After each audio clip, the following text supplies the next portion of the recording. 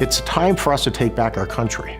Now that we have governments in place that we can work with, it's now our time. It's our time to make sure that the labor legislation that was regressive is eliminated. But we also need to make sure that we have positive legislation for working class people. Why shouldn't we have a national pharmacare program? What's taking so long to renegotiate the healthcare accord? We should have a national child care program. We need to have stronger programs in Canada that are geared towards eliminating violence against women. It's time for fairness. It's time for justice. It's time for equity. It's time for the labor movement to resume its rightful place in society, both domestically and abroad. Ça, c'est sûr qu'on n'acceptera pas d'être les derniers au niveau des régimes publics de pension. Ça fait longtemps, ça fait au moins 4 ans qu'on a commencé une campagne là-dessus avec la FTQ. Et ça va devenir un des dossiers prioritaires pour nous dans les prochaines semaines, comme le dossier des transferts de santé. Il faut que le fédéral ait une nouvelle entente pour transférer de l'argent aux provinces parce que nos systèmes de santé sont déficients, on manque d'argent. Et ça va probablement les deux plus gros combats. In Alberta, we have a new Democrat government, now the only one in the country. We've been doing amazing work with the Alberta Federation of Labor and other affiliates, really pushing to ensure that we get good public policy, good legislation that helps our members in their day-to-day lives. Well, the first exciting project for Unifor that we've really taken on is the Changing Workplace Review. This is the first time the provincial government in over a couple of decades has really taken a look and opened up the Employment Standards Act and the Ontario Labour Relations Act with the purpose of modernizing them and really taking into consideration, quite frankly, the precarious work that we have growing and how challenging it is for people, for workers in a union and without a union. I think that we're shifting in terms of how we see low-wage workers more generally across sectors, including in retail. And I think a lot of the credit for this needs to go to workers and their allies. In labor unions, progressive politicians, particularly in the United States, we've seen a real movement growing and building and encouraging signs here in Canada too. And so, when you think about the fact that, even in something like House of Cards, they're talking about Walmart's poverty wages now, that the tides are turning, and that going forward, I think we have a real opportunity to give this sector the attention that it needs, and to think about how retail fits into our economy and our society more broadly. As we are all convened here today in this great hall, we're in Detroit 3 bargaining. And we know it's about the future of the industry here in Canada. So if we don't have all the governments, the corporations, our union, all pulling together, then we are going to have a problem. Because we are not going to allow Canada's #1 export industry to disappear without a fight.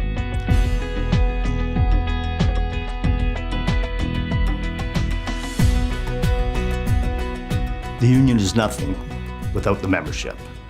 And Unifor has embarked on a very ambitious membership engagement process.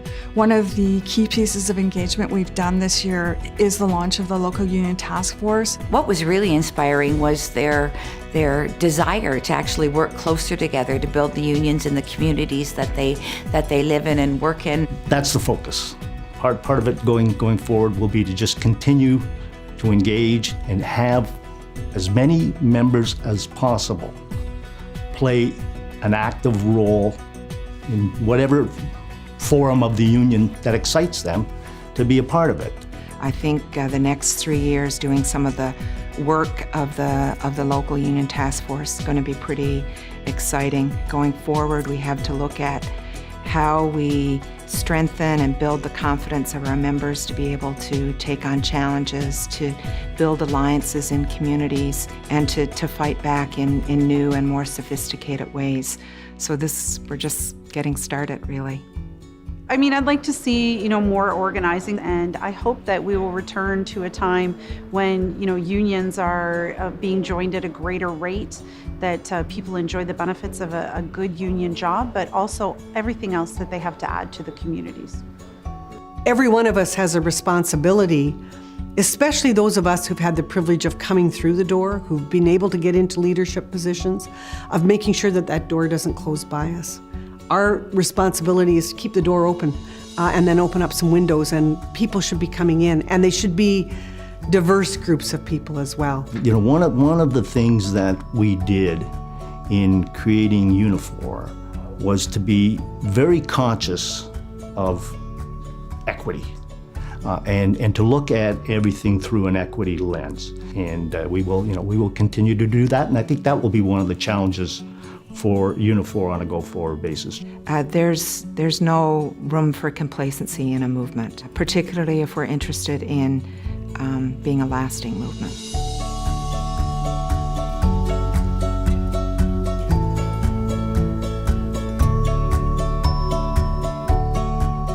Bien, en fait, tu sais, chaque priorité qu'on se donne, que ce soit à la table de négociation, quand les résultats sont là, nos membres sont fiers. Mais il faut qu'ils voient un peu plus large que dans leur convention collective. Dans la société, ça veut dire quoi? Au niveau de l'éducation, au niveau de la santé, au niveau de la communauté, qu'est-ce qu'on peut faire pour avoir une société, dans le fond, plus juste, plus équitable? Et c'est en participant au processus démocratique, c'est en participant aux décisions, c'est en se mobilisant pour faire changer des choses. Our union's done a lot to be able to expose the truth. When we take on issues like fighting the TPP, when we were promised, when NAFTA came in the 80s, we were promised that this was going to be good for the people of Canada, that, our partners in Mexico, their life would rise up and they would be, so much better off in this global economy. And the reality is that's not true at all. I think our union's able to give a voice to not only workers here, but to workers, hopefully around the globe. The solidarity at home is really critical. It's how we support each other in struggles and against employers and government. And that is something that Unifor and the rest of the labor movement does really well on a regular basis every day in this country without much fanfare. On the international level, we recognize we live in a global world and we can't simply sit on the sidelines allowing ourselves not to be engaged with workers who are struggling either to build their own country but also to resist the demands of employers around the world. I feel there's something in the world. I just feel that there's been kind of an earthquake in the world in terms of a social knowledge or a social understanding that something needs to break through. It is so clear now that these policies of deregulation and unfettered free trade and corporate rule and the cutting back of the Social Security network has just hurt so many millions, so many billions around the world that really there's a moment here for something new. And I want us to grab that moment. I want us to work together. Unifor is going to be absolutely crucial to the naming of what that looks like. We're faced with one of the biggest climate challenges that we've ever seen in humanity.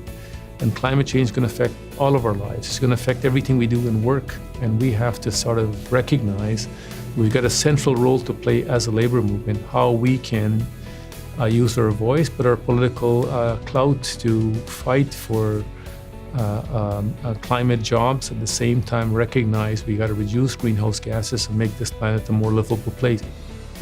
Je vous dirais qu'on a débuté, on a fait depuis le mois de mars, nous, on a fait une campagne concernant une transition juste vers des emplois durables, verts. Vous savez, la planète s'est donné des objectifs ambitieux à Paris qu'il faut atteindre. Si on ne les atteint pas, on va être dans le trouble au niveau planétaire, au niveau de notre environnement. Mais ça va avoir un impact, parce que c'est des objectifs ambitieux, ça va avoir un impact sur nos emplois.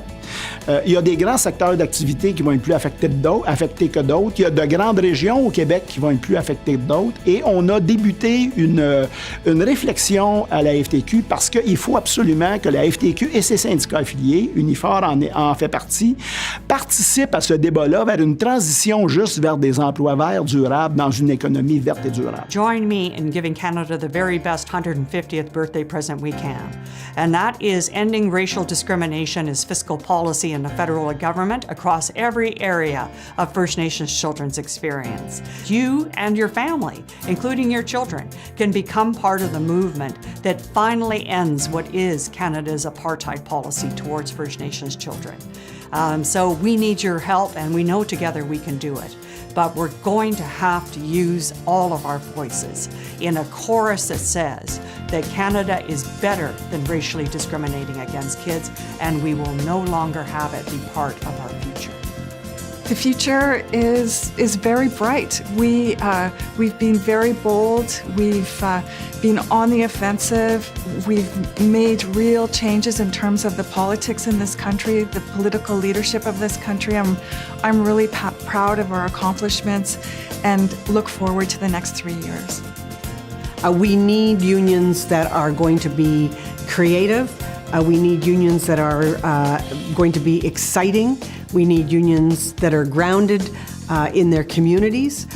We need unions that are prepared to take on tough issues internally, like how can we be a more diverse and engaging movement. And I think Unifor has been, is, and will be all of those things. You never take your foot off the gas pedal. I mean, I've got an incredible amount of energy, so does the team, so does all the staff in our local unions. We're encouraged, we're enthused. We saw what we can accomplish when we stick together as an organization. So the next 3 years will be no different. The next 3 years is about continuing to push the political agenda. It's going to be about pushing the collective bargaining agenda, but it's about building Unifor. It's about continuing to build our organization, bringing in new members, encouraging non-union members to join our organization. It really is about continuing progressive politics, continuing to portray a progressive organization that is going to be at the forefront of change. So the next 3 years is going to be as crazy as the last 3.